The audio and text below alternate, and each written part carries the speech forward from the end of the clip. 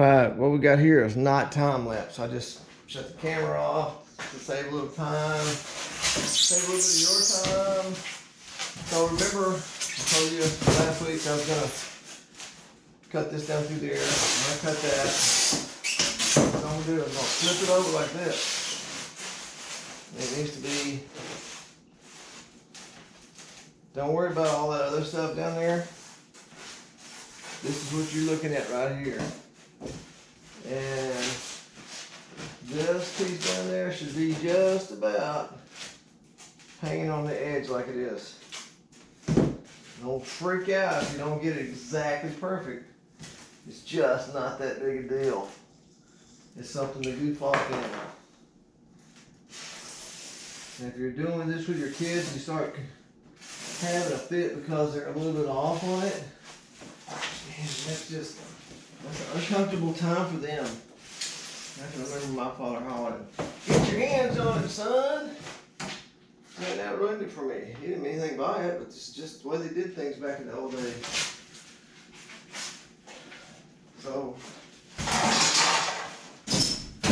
if you're doing it with your kids, or look at this, or your wife, take your time. It's not a big deal if you make a mistake or cut it a little bit wrong. Just don't worry about that.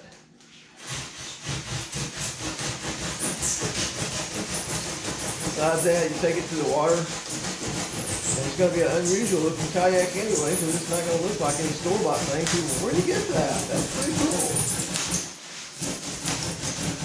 You find that rude person every once in a while to tell you what you should have done. Well, they don't like your kayak, but it's alright. They're not the ones riding in it. They're probably telling you that from the beach too. Or the bank, beach or bank, whatever. The main thing is, this is just a fun project.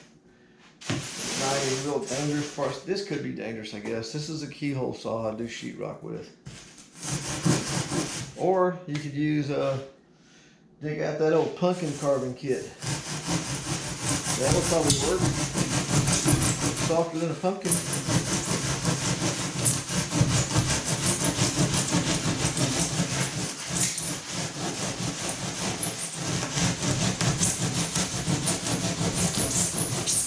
And if you get off a little bit, go into this or go into that, don't worry about it.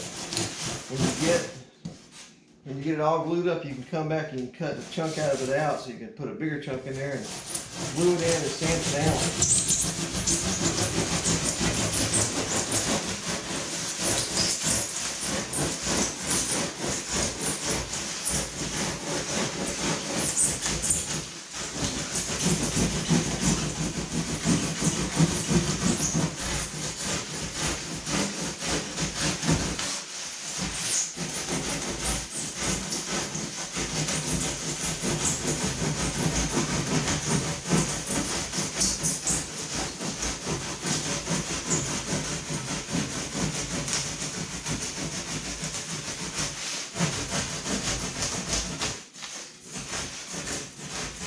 I know you're thinking, that's so thin, he could have just broke it off. Yes, he could have. But just break it off, you make a little bit more sanding for yourself. And I don't much care to sand too much. I don't mind a little of it. And again, save all your scraps. And now we got a 32-inch wide base for a kayak. Put that up a little bit.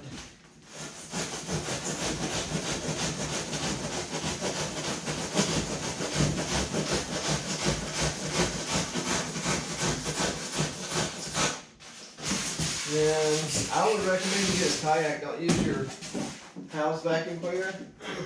And here's another idea.